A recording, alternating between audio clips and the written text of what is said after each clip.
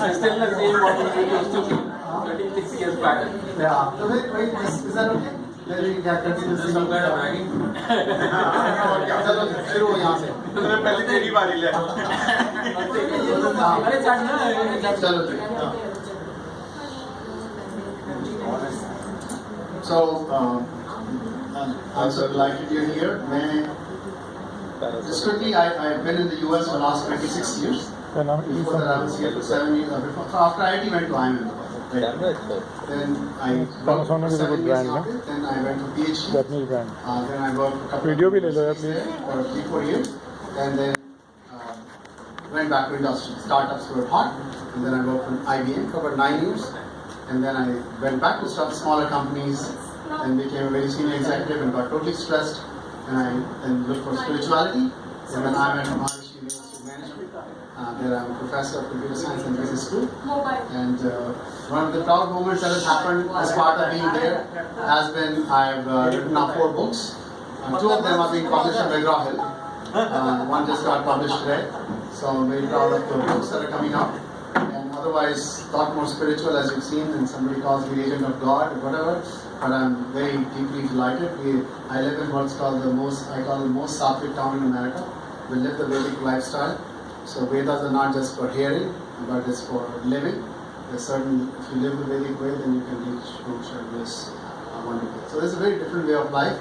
And it's a thing that is a taste of that once you get it, then you can't forget it. It's like having something by having which you have it all. And that's what I'm experiencing, and that's my mission. So I'm so delighted you're all here. You could come here, so it's wonderful. Great honor that you could come here. Thank you. What is the Vedic? Let me pass on. Veda means knowledge. Veda means total knowledge. So Veda is the knowledge of life.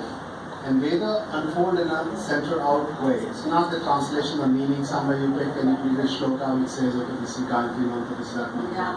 You can pick randomly something and you can find meaning there. Veda is the gradual unfolding in conformity with the totality of the laws of nature. Because Vedas were not, the reason Vedas have no author is because they were cognized. They're the structure of the universe that are cognized through a super still mind, super still consciousness that resonates with the laws of nature and just, that's just cognizes it. It's not recognizing, it's cognizing it and then just laying it out. And you start with the totality, and Rig Veda is the first Veda. Just first shloka of that contains the totality of the universe. Then the first, what called Sutta explains that, and the first Mandala explains that first Sutta. So it's like gradual unfolding of the meaning, and that's the Vedic way. In more practical terms, and there are 40 branches of yoga other than the Rig Veda, Yajurveda, Samveda, and the third way. Then you have Ayurveda, you have Gandharva, you have Sapacha Veda for housing. So you can live. These are all aspects of Vedas for specific disciplines. One for music, one for seeing, one for living, all that stuff. Unke basis pe agar aap jeete hain, then you condition the physiology in a way that your brain is ready to transcend the surface reality and be able to experience the totality of oneness. Vedas say totality is one, truth is one, it's experienced in many ways, expressed in many ways. So a lot of what we see in normal life is expression of the manifestation of various things, but we should connect that everything sort of flows from that one seed of totality of the tree. So to the extent we can live, we live in Vedic housing, we eat Vedic food in the sense that it's not agitating food like not no masala or anything like that, no meat, no drinking allowed. हमारी बातें बड़ी शिष्ट होती कहनी चाहिए. No cussing words, forget about abusing, fighting, all that stuff. No drinking allowed, no drugs allowed, zero tolerance for smoking, all these things. And in general, we do meditation every day, so to condition the mind slowly to get the finer perception. And the reason I would say Vedic life means that you connect with the totality of life. You just don't pick a branch and don't start watering the branch. You need to know the root of the tree and from where all the branches come. So Veda is a totality. If you experience it, then it's a totality, it's absolute. So you can't just talk about it and discuss it. You can talk all day and you can sort of agree and disagree. But you experience in your own physiology, in your own body.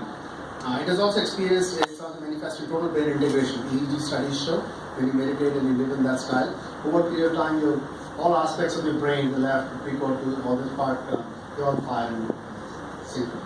And you experience this. You are enjoying this. Why don't you continue? Yeah, why don't you continue? नहीं I'm not going to. No, you continue now for another 5 minutes. नहीं बस ना मैं will come next second now. Thank you. I'm Kavita, and I'm also, in other words, introduction of something which is very mundane. I'm an IS officer and posted in right now as Textile Commissioner, Mumbai. I belong to the Maharashtra cadre, and I have had various kind of series of experiences in the field of labor, in the field of finance, in the field of sales tax, lotteries, and all kinds of women's development.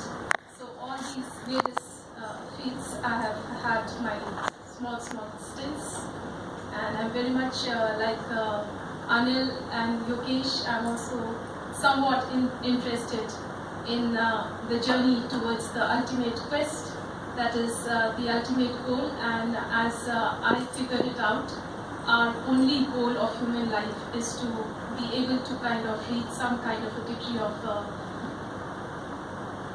uniting with the ultimate.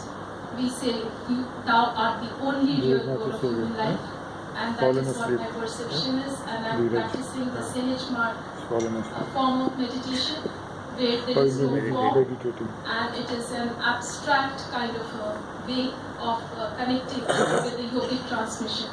So we have the grace of the Master, which transcends in our lives and sublimates us to reach the Supreme Consciousness. Thank you.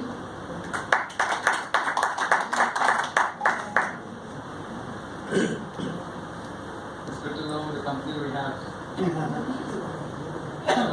For those of you who don't know me, my name is Silly James, and I mean, when you look back at life at this kind of stage, you realize that a lot of marvelous things have happened to me as well as I'm sure every one of you.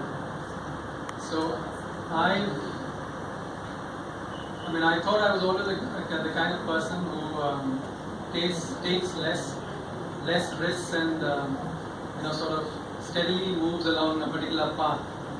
But when I look back, it's been quite a weird kind of path which has gone through all kinds of ways, and I can say that I've taken opportunities as they came, and some of them were fine, some of them were interesting, some of them were challenging, but it's been a good experience. So I've been with the automobile industry when Maruti was starting off. I was with Maruti. I've been part of the appliance business, especially, and those were initial years when the appliance business was starting off. I've been with the BPO business, and the BPO business is starting now. I left Maruti to start a company along with some friends, and we basically, we went back to pure engineering and tried to create something which was ahead of its time. I've recently started another company in the education field again, which was quite ahead of its in terms of what we were trying to put together. And over the years, I've sort of specialized in the area of processes and quality. So the fact that I've been in different industries helps me in being able to understand how any company, any sort of process is constructed. So that's the area I'm passionate about.